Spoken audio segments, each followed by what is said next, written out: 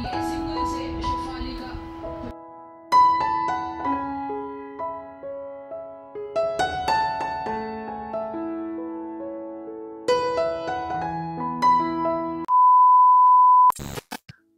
সকাল বন্ধুরা, কেমন আছো সবাই? আশা করছি তোমরা খুব ভালো আছো আর যে যেখানেই আছো সুস্থ আছো। আমিও বেশ ভালোই আছি। আজ আরো একটি নতুন ব্লগে তোমাদেরকে জানাই অনেক স্বাগত, অনেক ভালোবাসা। তো এখন ঘড়িতে সময় হয়েছে গিয়ে সকাল 10:30 মতো, আর তোমাদেরকে সাথে নিয়েই ব্লগটা শুরু করছি। তো আজকে আমি শাড়ি পরেছি, আর আজকে আমাদের বাড়িতে মাসি আসবে, মানে মাসির শাশুড়ি আসবে, সেই জন্য শাড়ি পরলাম। আর শাড়ি পরতে তো ভালোই লাগে, কিন্তু এখন জানো তো সময় হয়ে ওঠে না। আগে জানো তো প্রচুর শাড়ি পরতাম, এখন আর শাড়ি পরাই হয় না, এখন নাইটিটাই বেশি পরি। তো যাই হোক, এখন ভেবেছি যে আমার অপারেশনটা হয়ে গেলে 2-3টে মতো শাড়ি কিনবো, মানে ছাপা শাড়ি কিনবো। তো শাড়িগুলো পরবো, শাড়ি পরলে কিন্তু ভালোই লাগে দেখতে। আর অনেক দিন মানে কেনাও হয় না, আর বাড়িতে লোকজন আসলে একটু শাড়ি পরলে দেখতেও ভালো লাগে। তো যাই হোক, এই যে মলমল কটনের যে শাড়িগুলো আছে না, সেই শাড়িটা পরেছি। এই শাড়িটা আমার খুব ভালোও লাগে। আর এদিকে মামাম সোনাকে আজকে 11টার মধ্যেই স্নান করিয়ে দিয়েছি। তো তোমাদেরকে জানিয়েছি আমার মাসি শাশুড়ি আসবে, সেই জন্য দুপুরের রান্না বান্না সমস্ত কিছুই আমাকেই করতে হবে। সেই জন্য ভাবলাম যে একটু সকাল সকাল করে মেয়েকে রেডি করিয়ে দিই। না হলে কি হবে, আমি যদি একবার রান্না বান্না করতে চলে যাই রান্নাঘরে, তাহলে আমার মেয়ের দিকে আর কেয়ার করা হবে না। সেই জন্য মেয়েকেও একটু সকাল করেই স্নান করিয়ে দিয়েছি। আর কিছু এখনো খাওয়াইনি, ভেবেছি কি যে একটু বাদেই ওকে একটা ডিম সিদ্ধ খাইয়ে দেব। তো এই যে দেখো, আমার মাম্মাম সোনাকে এখন আমি রেডি করিয়ে দিচ্ছি। মাসি এখনো পর্যন্ত আসেনি, মাসি আসতে আসতে প্রায় 2-2:30 বেজেই যাবে। তো তার আগে আমাকে রান্না করতে হবে। তবে কি কি রান্না করব কি না করব তোমাদের সঙ্গেও শেয়ার করব, আর তোমরাও দেখতে থাকো। এখন একটু শীত শীত পড়ছে, হালকা একটু ঠান্ডা ঠান্ডা লাগে, আর এই যে সারাটা দিন গাটা কেমন একটু টান টান লাগে। আর মামামের বডি লোশন শেষ হয়ে গেছে, শেষ হয়নি এখনো আছে, কিন্তু এই যে বডি লোশনের যে মুখটা রয়েছে সেটা আমার মেয়ে খুলে কোথায় ফেলে দিয়েছে। আর এর মধ্যে অনেক বডি লোশন রয়েছে, ফেলতেও পারছি না, তো সেই জন্য এইভাবে ইউজ করছি। তো যাই হোক, এই যে মেয়েকে রেডি করিয়ে দিয়ে চলে এসেছি রান্নাঘরে। আর এদিকে সমস্ত মশলা করে নিয়েছে, শুধুমাত্র জিরা বাটাটা বাকি রয়েছে, সেটা আমি শিলনোড়া থেকেই করে নেব। আর এদিকে আলু কেটে রেখেছি লম্বা লম্বা করে, আর এখানে কাতলা মাছ রয়েছে, আজকে কাতলা মাছ দিয়ে আলু দিয়ে তরকারি রান্না করব। তো যাই হোক, সমস্ত কিছু আমি গুছিয়ে নিয়েছি, আর গোছানো থাকলে সত্যি বলতে রান্নাটাও অনেক তাড়াতাড়ি হয়ে যায়। আর এদিকে এখন একটা ডিম সিদ্ধ দিয়েছিলাম তো আমার মেয়ের জন্য। তো তোমাদেরকে জানিয়েছি আমার মেয়েকে কিছু একটা খাওয়াতে হবে, না হলে একবারে যদি আমি রান্নাঘরে চলে যাই তাহলে আমার মেয়েকে আর কিছু খাওয়ানো হবে না। তো ওইভাবেই থাকবে, আর এমন আদিশ্রী যে ও কোনো কিছু দিয়ে ধরে খাবে সেটা আর খাবে না, তো চেয়েও খাবে না যে এই জিনিসটা আমাকে দাও খাবো।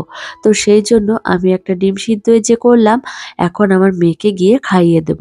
তো যাই হোক, আমি রান্না বান্না তো দুপুরবেলায় করেছি কাঠের উনানে, কিন্তু কি কি রান্না করলাম সেটা তোমাদের সঙ্গে একটু শেয়ার করি। এখানে কাতলা মাছের মাথা দিয়ে মুগের ডাল রান্না করেছি, আর এদিকে আলু দিয়ে একদম লম্বা লম্বা করে আলু কেটেছি, সেই আলু দিয়ে কাতলা মাছ দিয়ে একটু হালকা করে পাতলা করে ঝোল রান্না করেছি জিরে আদা বাটা দিয়ে, আর একটু টমেটো দিয়েছি একটা। আর এই যে দেখো, ঝোল রান্না করেছি, একদমই পাতলা ঝোল রান্না করেছি, তো খেতে বেশ ভালোই লাগে। আর এদিকে বেগুন ভেজেছি, এই বেগুনগুলো দেখতে ছোট লাগছে, এই বেগুনগুলো হচ্ছে আমাদের জমির বেগুন। তো মাসি আসবে সেহেতু এই বেগুনগুলো তুলে নিয়ে এসেছিল আমার শাশুড়ি মা।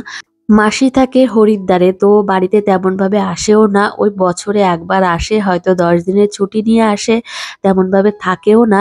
সেই জন্য অনেক রিকোয়েস্ট করেছি মাসিকে যে মাসি এবার আমাদের বাড়িতে একদিন খেতে আসবে, কিন্তু সেই সময় সুযোগ তো আমারও হয়ে ওঠে না, আর মাসি তো সময়ই পায় না। তো 1 ঘন্টা হাতে সময় নিয়ে এসেছে, কোনো রকম রান্না করেছি, খাওয়া দাওয়া করেই এই যে আবার চলে যাচ্ছে। তো মানে খাওয়া দাওয়া করে 2 মিনিটও বসেনি, চলে গেছে মাসি। আর এদিকে আমি একটু বসেছিলাম, ক্রিকেট খেলা চলছে সেটা দেখছিলাম। আর এই যে এখন নিজের সঙ্গে একটু সময় কাটাচ্ছি, ভালো লাগছে না শরীরটা। আজ হলো সোমবার আর সোমবার দিন দুপুর থেকেই তোমাদেরকে সঙ্গে নিয়ে ব্লগটা শুরু করছি। আসলে কি হয়েছে বলো তো, রবিবার দিন যেটুকু ব্লগ তোমাদের সঙ্গে শেয়ার করেছি এই ব্লগের সামনেই শেয়ার করেছি, তো অনেকটাই ছোট হয়ে গেছে। সেজন্য ভাবলাম কি তাহলে সোমবারের কিছুটা অংশ তোমাদের সঙ্গে শেয়ার করে দিই। তো এদিকে চলে এসেছি রুমে, আর বেশ কয়েকদিন ধরেই আদিশ্রীর বাপি বলছে যে ওয়ার্ড্রপটা পরিষ্কার করো, আর এত পরিমাণে ধুলো জমে কি বলবো। এই যে পরিষ্কার না করলে না প্রচণ্ড নোংরা হয়ে যায়, তো কলিং দিয়ে এখন পরিষ্কার করছি। আমার মেয়েও আমার সঙ্গে রয়েছে। আর এদিকে ভেতরের জায়গাগুলো একদম সাদা কালারের, তো প্রচণ্ড নোংরা হয়। আর ওয়ার্ড্রপটা তো একদমই হালকা কালারের, আর হালকা কালার দেখবে নোংরা হলে চোখে বড্ড লাগে। তো যদি ডিপ কালার করা হতো মনে হতো অনেকটা ভালো হতো, কিন্তু কি করব, হালকা কালারের ওপরে তো কোনো কালার হয় না। তো এই লাইট কালারগুলো দেখতেও বেশ ভালো লাগে। তো যাই হোক, এখন এই কলিন দিয়ে পরিষ্কার করছি। পরিষ্কার করতে যে কত টাইম লাগে, আর টাইম তো লাগে ঠিক আছে, কিন্তু ধৈর্য লাগে প্রচুর। অনেক ধৈর্য নিয়ে এই কাজগুলো করতে হয়। আবার যেহেতু দুপুরবেলা আমার শাশুড়ি মা রান্না করছে, সেহেতু ভাবলাম যে এদিকে এই কাজগুলো করে নিই। তো এই নিচের অংশটা পরিষ্কার করতেই ১ ঘন্টা আমার সময় লেগে গেছে। তাহলে বোঝো যে কতটা সময় লাগে। আর পরিষ্কার যে গেঞ্জির কাপড় আছে কিংবা সুতির কাপড় আছে, সেই কাপড় দিয়েই পরিষ্কার করে মুছতে হবে। না হলে কি হবে জানো তো, দাগ পড়ে যাবে।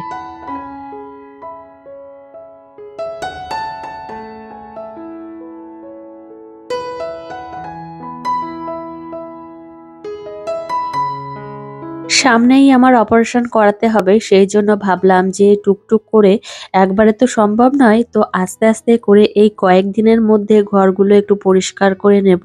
তো সমস্ত কিছু একটু ধুয়ে রাখবো, কেননা আমি তো পারবো না, এসেই পারবো না। তো বোন থাকবে অবশ্য, কিন্তু আমার তো নিজের কিছু কাজকর্ম থাকে গোছানো, তো সেইগুলো গুছিয়ে নেব আস্তে আস্তে করে। তো সেটাই ভাবছি। তো যাই হোক, এদিকে এখন আমি এই ওয়ার্ড্রপটা পরিষ্কার করতে এসেছি। হাত যতটা দূর যায় সেইভাবেই পরিষ্কার করছি। আর মাম্মাম সোনা তো সমানে দুষ্টুমি করতেই আছে, ওর কথা আর কি আর বলবো। আমি স্যারের কাছে জিজ্ঞাসা করেছিলাম যে স্যার কদিন মতো আমাকে হসপিটালে অ্যাডমিট থাকতে হবে। তো স্যার বলেছিলেন যে ৩ দিন কি ৪ দিন মতো থাকতে হবে। ৪ দিন যদিও না থাকা লাগে, কিন্তু ৩ দিন থাকতেই হবে। তো যাই হোক, আমি বলেছিলাম যে আমার মেয়েটা অনেকটাই ছোট, সেই জন্য একটু কেমন লাগছে, ভয় ভয় করছে। মেয়েকে ছাড়া থাকিনি কোনোদিন। তো স্যার বলেছিলেন যে আমি একটা পেশেন্টকে অপারেশন করিয়েছিলাম, তার বাচ্চার বয়স ছিল ২ মাস। আর এদিকে আমার মেয়ের বয়স তো ৩ বছরের বেশি হয়ে গেছে। সেই জন্য মনে মনে বেশ একটু আশ্বস্ত হয়েছিলাম যে না, তাহলে অপারেশনটা হয়েই নিই। আর হয়েও যাব, এই যে সামনের সপ্তাহে আমাকে ডেট দেবে। ব্লাড রিপোর্ট যে সমস্ত করতে দিয়েছিলেন সমস্ত কিছুই হয়ে গেছে। সবকিছুই প্রায় ভালো আছে, কিন্তু ৩-৪টে মতো একটু খারাপ আছে। তো স্যার বলেছিলেন যে হোয়াটসঅ্যাপে পাঠিয়ে দিয়েছিলাম আমরা রিপোর্টটা। তো স্যার বলেছেন যে না, ঠিকঠাকই আছে, অপারেশন করা যাবে। আর এই বলেছিলেন, আর কবে ডেটটা দেবে সেটা সামনের শুক্রবারেই জানা যাবে। সামনের শুক্রবার আবার ডক্টর দেখাবো, সেদিনই আমাদেরকে জানিয়ে দেবে যে কবে আমাদের অপারেশন, মানে আমার অপারেশন। তো যাই হোক, এই যে দেখো তোমাদের সঙ্গে কথা বলতে বলতে আমি এদিকে ওয়ার্ড্রপটা পরিষ্কার করে নিচ্ছি। আর কি বলতো, এই কাজগুলো আমাকে করতেই হবে, না করলে হবেই না। আরও অনেক কাজ রয়েছে যেগুলো তোমাদের সঙ্গে শেয়ার করব। আর এদিকে আমার মেয়ের খাবারটা নিয়ে এসেছি। আজকে হচ্ছে সোমবার, তো সোমবার দিন এই যে বাড়িতে নিরামিষ, তো নিরামিষ রান্না হয়েছে ডাল দিয়ে আর ভাত দিয়ে, মেয়েকে খাইয়ে দিয়েছি। বি আঙুল দাও। এ বি সি ডি, বলো D. E F G H I J K L M N O P Q R S T U V W X Y Z. এবার অ পড়বো। হ্যাঁ,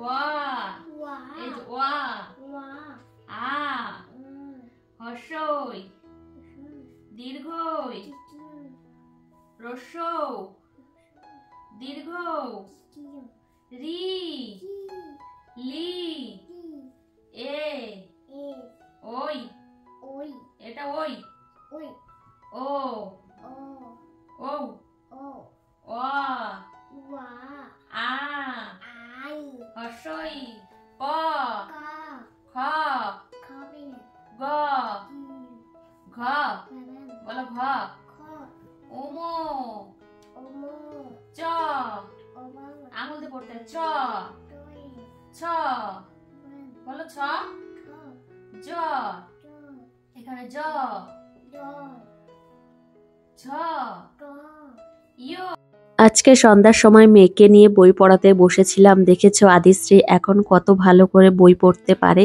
তো প্রত্যেকদিন এখন আমাকে নিয়ম করে এই কাজটা করতে হচ্ছে, আর আদিশ্রী এখন খুব মনোযোগ সহকারে বই পড়ে।